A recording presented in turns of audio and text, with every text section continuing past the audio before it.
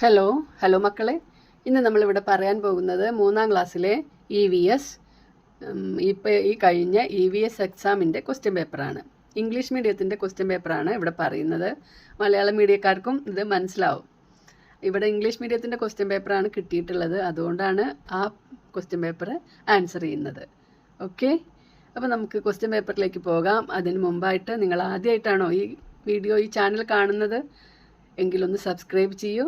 അതുപോലെ തന്നെ നിങ്ങളുടെ ഫ്രണ്ട്സിന് ഈ വീഡിയോ ഷെയർ ചെയ്ത് കൊടുക്കൂ. ഈ വീഡിയോയ്ക്ക് ഒരു ലൈക്ക് നൽകണേ, മറക്കാതെ ഒരു ലൈക്ക് നൽകണം കേട്ടോ. അപ്പോൾ നമുക്ക് വീഡിയോയിലേക്ക് പോയാലോ. ക്വസ്റ്റ്യൻ പേപ്പർ എന്തൊക്കെയാണ്, ചോദ്യങ്ങളൊക്കെ നിങ്ങൾക്ക് ഓർമ്മ ഉണ്ടാവും. എന്നാലും നമുക്ക് അടുത്ത വർഷം അല്ലെങ്കിൽ അടുത്ത എക്സാമിന് വേണ്ടി ഒന്നുകൂടി പ്രിപ്പയർ ചെയ്യാനായിട്ട് ഈ ക്വസ്റ്റ്യൻ പേപ്പർ ആൻസർ ചെയ്യുന്നത് നന്നായിരിക്കും. ഓക്കെ, നമുക്ക് ആദ്യം തന്നെ തന്നിട്ടുള്ളത് ഒരു പ്ലാന്റിൻ്റെ പിക്ചറാണ്. അപ്പം നിങ്ങൾ ചെയ്യേണ്ടത് എന്താണ്, ഇവിടെ ലീഫ് എന്നിവിടെ അടയാളപ്പെടുത്തി തന്നിട്ടുണ്ട് അല്ലേ. ലേബൽ ചെയ്യാണ് വേണ്ടത്. Label the parts of the plant and connect them by drawing lines. അപ്പം നമുക്ക് ഏതൊക്കെ പാർട്സാണ് ഇവിടെ ലേബൽ ചെയ്യേണ്ടത്? ഇനി 3 പാർട്സും കൂടി ഉണ്ട്. റൂട്ടിൻ്റെ അവിടെ നമുക്ക് ഒരു വരയിട്ട് തന്നിട്ടുണ്ട്. അപ്പം നമുക്ക് അവിടെ റൂട്ട് എന്ന് എഴുതാം. അപ്പം ലീഫ്, റൂട്ട്. ഇനി അടുത്തത് ഫ്ലവർ കാണുന്നുണ്ട് അല്ലേ. അപ്പോൾ ആ ഫ്ലവറിന് നമുക്ക് അവിടെ ഫ്ലവർ കൊടുക്കാം. ഇനി നമുക്ക് സ്റ്റെമ്മിന് ഇവിടെ സ്റ്റെം എന്ന് എഴുതിയിട്ട് ലൈനിട്ട് അതിനെ കണക്ട് ചെയ്യാം. Okay, next put a tick mark against the correct statements given below. ഏതൊക്കെ സ്റ്റേറ്റ്മെൻറ്റ്സ് ഏതൊക്കെ നോക്കൂ. All plants have flowers. All plants have flowers. എല്ലാ പ്ലാന്റ്സിനും പൂവുണ്ടാകും. Plants need water to grow. പ്ലാന്റ്സിന് വളരാൻ വെള്ളം വേണം. All plants have leaves of the same size. എല്ലാ പ്ലാന്റ്സും ഒരേ സൈസുള്ള ലീവ്സാണ് ഉണ്ടാവുക. Different plants have leaves with different shapes. പല തരത്തിലുള്ള പ്ലാന്റ്സിന് പല തരത്തിലുള്ള ഷേപ്പിലുള്ള ലീവ്സാണ് ഉണ്ടാവുക. അപ്പോൾ നമുക്കിതിൽ ബിയും ഡിയുമാണ് കറക്റ്റ്. ബിയും ഡിയിനും ടിക്ക് മാർക്ക് കൊടുക്കുക. ഇനി ഇതിൽ activity 1 B, varieties of plants. Find the correct pair of the plants belonging to the same category. ഇപ്പോൾ ഇവിടെ 8 പ്ലാന്റ്സ് കൊടുത്തിട്ടുണ്ട്. അപ്പോൾ ഇവരെ നമുക്ക് ആദ്യം ഏതൊക്കെയാണ് പെയർ എന്ന് കണ്ടുപിടിക്കണം. പെയർ ഏതൊക്കെയാണ്? പാഡി ഇതിൽ ഏതാണ്? പാഡി നമ്മുടെ ഹെർബിൽ പെട്ടതാണ്. പാഡിക്ക് കണക്ട് ചെയ്യുന്നത് തുമ്പയാണ്. അപ്പോൾ നമുക്ക് പാഡി, തുമ്പ എന്നുള്ളത് നമുക്കിവിടെ കണക്ട് ചെയ്ത് കൊടുക്കണം. അടുത്തത് മാംഗോ ട്രീ വലിയൊരു ട്രീ ആണ് അല്ലേ. അതേപോലെ ഉള്ള മറ്റൊരു ട്രീ ആണ് കോക്കനട്ട് ട്രീ. അപ്പോൾ മാംഗോ ട്രീയും കോക്കനട്ട് ട്രീയുമാണ് കണക്ട് ചെയ്യേണ്ടത്. ഇനി ഹിബിസ്കസ് എന്താണ്? ഷ്രബാണ് അല്ലേ. ഷ്രബ് ഏതാണ്? ബാക്കി ഉള്ളതിൽ ഏതാണ് ഷ്രബ്? റോസ്. അപ്പോൾ ഹിബിസ്കസും റോസും കണക്ട് ചെയ്യണം. ഇനി പംകിൻ എന്താണ്? വള്ളിയാണ് അല്ലേ, വെയിൻസ് ആണ്. പംകിനും ബിറ്റർഗോർഡും ആണ് നമ്മൾ കണക്ട് ചെയ്യേണ്ടത്. അപ്പോൾ ഇതിൽ ഏതാണ് നമുക്ക് കറക്റ്റായിട്ട് വേണ്ടത്? 1, 8. 1ഉം 8ഉം. 2, 5. 3, 6. 4, 7. അപ്പോൾ നമുക്ക് നോക്കൂ, ABCD ഇതിൽ ഏതാണ് അതേപോലത്തെ പെയർ കറക്റ്റായിട്ട് വന്നിട്ടുള്ളത്? ബി ആണ്. 1, 8, 2, 5, 3, 6, 4, 7. ഓക്കെ, അപ്പോൾ നമ്മളിവിടെ ഈ ബോക്സിൻ്റെ ഉള്ളിൽ 1, 8, 2, 5, 3, 6, 4, 7 എന്ന ജോഡികളെ എഴുതി കൊടുക്കാം. അടുത്തത് നോക്കുക. There are different types of flowers in nature. ഈ പ്രകൃതിയിൽ പലതരത്തിലുള്ള പൂക്കളുണ്ട്. Find out the benefits of flowers and write. ഫ്ലവേഴ്സിന് പലതരത്തിലുള്ള പൂക്കളുണ്ട്. നമ്മുടെ ഈ നേച്ചറിൽ, പ്രകൃതിയിൽ പലതരം പൂക്കളുണ്ട്. അപ്പോൾ നമുക്ക് ഫ്ലവേഴ്സിൻ്റെ യൂസസ്, ബെനിഫിറ്റ്സ് ഒന്ന് എഴുതി നോക്കാം. Benefits of flowers. Flowers are used to make perfumes. Flowers perfume ഉണ്ടാക്കാൻ ഉപയോഗിക്കുന്നു. Flowers are used for decoration. പലതരത്തിലുള്ള ഡെക്കറേഷന് വേണ്ടിയിട്ടും ഫ്ലവേഴ്സ് യൂസ് ചെയ്യുന്നു. Flowers are used to make medicines. ചില ഫ്ലവേഴ്സ് മെഡിസിൻസ് ഉണ്ടാക്കാൻ വേണ്ടി ഉപയോഗിക്കുന്നു. Bees get nectar and honey from flowers. Bees അതേപോലുള്ള പല ജീവികൾക്കും നെക്ടറും ഹണിയും കിട്ടുന്നത് ഫ്ലവേഴ്സിൽ നിന്നാണ്. Make our surroundings beautiful. Flowers make our surroundings beautiful. ഇത്രയും ബെനിഫിറ്റ്സ് നമ്മൾ എഴുതി കൊടുത്തില്ലേ? ഓക്കെ. നെക്സ്റ്റ് നോക്കൂ, activity number 2. Various stages of plant growth are given below. ഒരു പ്ലാന്റിൻ്റെ പലതരത്തിലുള്ള സ്റ്റേജസ് ആണ് ഇവിടെ തന്നിട്ടുള്ളത്. Number them in order 1, 2, 3, 4, 5 starting from the first stage. ഇവിടെ 5 സ്റ്റേജസ് കൊടുത്തിട്ടുണ്ട്. ഒന്നാമത്തത് അവിടെ തന്നെ അടയാളപ്പെടുത്തിയിട്ടുണ്ട്, seed germinates. Number 2, the first leaf sprouts. Number 3, 2 leaves come out. Number 4, flower blooms. Number 5, fruit appears. ഇങ്ങനെയാണ് ഗ്രോത്തിൻ്റെ സ്റ്റേജസ്. ഓക്കെ. ഇനി ആക്ടിവിറ്റി നമ്പർ 2 തന്നെ ബി എന്താണെന്ന് നോക്കാം.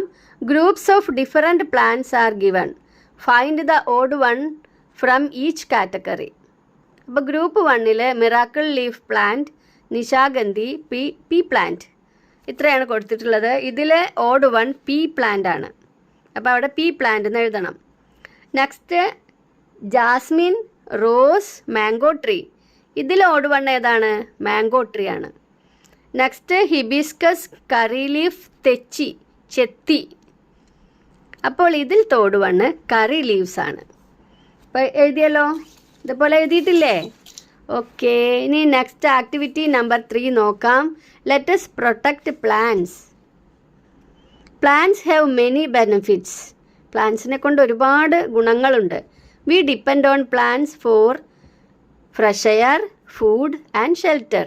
നമ്മൾ ഫ്രഷ് എയറിന് വേണ്ടിയും ഫുഡിന് വേണ്ടിയും ഷെൽട്ടറിന് വേണ്ടിയും പ്ലാന്റ്സിനെ ഡിപ്പെൻഡ് ചെയ്യുന്നുണ്ട്. Prepare a poster to promote the idea that plants must be conserved. നമ്മളൊരു പോസ്റ്റർ ഉണ്ടാക്കേണ്ടത് അത് എന്തിനുള്ളതാണ്? Promote the idea that plants must be conserved. പ്ലാന്റ്സിനെ സംരക്ഷിക്കേണ്ടതാണ് എന്നുള്ളത്. അപ്പോൾ നമുക്ക് പലതരത്തിലുള്ള പോസ്റ്ററുകൾ ഉണ്ടാക്കാം. പോസ്റ്റർ വാചകങ്ങൾ കുറച്ച് പരിചയപ്പെട്ടാലോ? സെൻറ്റൻസ്, അതിൽ എഴുതാനുള്ള sentence: save plants, save life, plant more trees, protect plants, do not cut trees. ഇങ്ങനെയൊക്കെയുള്ള സെൻറ്റൻസ് അതിന് ഉപയോഗിക്കാം. നമുക്കൊരു പോസ്റ്റർ ഇതുപോലെ ഉണ്ടാക്കാം. പോസ്റ്റർ എന്ന് പറഞ്ഞാൽ ഒരു ഹെഡിങ്, അതുപോലെ ഒരു പിക്ചർ, ഒരു സെൻറ്റൻസ്, ഇത്രയും വേണം. അപ്പോൾ നമുക്ക് ഇങ്ങനെ ഒരു പോസ്റ്ററും ഉണ്ടാക്കാം. അടുത്തത് നോക്കൂ, activity number 4 includes 2 questions. 4ന് 2 questions ഉണ്ട്, എയും ബിയും ഉണ്ട്. 4A and 4B. Answer any one of them. ഇതിൽ ഏതെങ്കിലും ഒന്ന് നിങ്ങൾ ആൻസർ ചെയ്താൽ മതി. അപ്പോൾ നമുക്ക് ആക്ടിവിറ്റി നമ്പർ 4 എ എന്താണെന്ന് നോക്കാം. Catching the prey features. ഇര പിടിക്കാനുള്ള ഓരോ ജീവികളുടെയും ഫീച്ചേഴ്സ് എന്തൊക്കെയാണെന്നാണ് നമ്മൾ നോക്കുന്നത്. Every living organism has physical features suitable for catching their prey. എല്ലാ ജീവികൾക്കും അതിൻ്റെ ഇര പിടിക്കാനുള്ള ചില ശാരീരിക പ്രത്യേകതകൾ ഉണ്ടായിരിക്കും. Okay. Find such features of creatures given below. ഇപ്പോൾ ഇവിടെ തന്നിട്ടുള്ള ലയണാണ്. ലയൻ്റെ ഫിസിക്കൽ ഫീച്ചേഴ്സാണ് നമ്മൾ കണ്ടുപിടിക്കേണ്ടത്. ഒന്ന് ഇവിടെ തന്നിട്ടുണ്ട്, എബിലിറ്റി ടു റൺ ഫാസ്റ്റ്. എന്താണൊന്ന്? വേഗത്തിൽ ഓടാനുള്ള കഴിവ്. നമുക്ക് രണ്ടാമതായിട്ട് അവിടെ കൊടുക്കാം, ഷാർപ്പ് ടീത്ത് ആൻഡ് ക്ലോസ്. മൂർച്ചയുള്ള പല്ലുകളും അതുപോലെയുള്ള ക്ലോസ്, വളഞ്ഞ നഖങ്ങളുമുണ്ട്. ഇനി അടുത്തതായിട്ട് ഈഗിളാണ്. ഈഗിളിൻ്റെയും ഒരു ഫീച്ചർ അവിടെ തന്നിട്ടുണ്ട്, ഷാർപ്പ് ഐസൈറ്റ്. ഈഗിളിന് മേലെ കൂടെ പറന്നിട്ട് താഴേക്ക് നോക്കിയിട്ട് കോഴിക്കുഞ്ഞുങ്ങളൊക്കെ കാണാൻ കഴിയും. അതായത് ഷാർപ്പ് ഐസൈറ്റ്, നല്ല ദൂരക്കാഴ്ചയുണ്ട്, നല്ല ഷാർപ്പാണ്. ഇനി 2 എണ്ണം കൂടി നമ്മളിവിടെ എഴുതി കൊടുക്കണം. Sharp hooked beak. ഈ ഈഗിളിൻ്റെ ബീക്കിന് നല്ല പ്രത്യേകത ഉണ്ട്, ഹൂക്ക്ഡ് ബീക്കാണ്, അത് നല്ല ഷാർപ്പുമാണ്. ഓക്കെ. അടുത്തതായിട്ട് നമുക്ക് ഷാർപ്പ് ക്ലോസ്, അങ്ങനെയുള്ള ക്ലോസുമുണ്ട്. അത് വെച്ചിട്ടാണ് കോഴിക്കുഞ്ഞുങ്ങളെ റാഞ്ചിക്കൊണ്ട് പോകുന്നത്, ഷാർപ്പ് ക്ലോസ്. ഓക്കെ. അടുത്തത് write the names of two creatures that catch prey by sticking out their tongue. നാക്ക് പുറത്തേക്ക് നീട്ടി നാവുമിൽ പ്രേനെ ഒട്ടിപ്പിടിപ്പിക്കുന്ന 2 ക്രീച്ചേഴ്സിൻ്റെ പേരിവിടെ കൊടുക്കണം. ഏതൊക്കെയാണ്? Frog, lizard. ഇത്രയുമാണ് ആക്ടിവിറ്റി 4 A.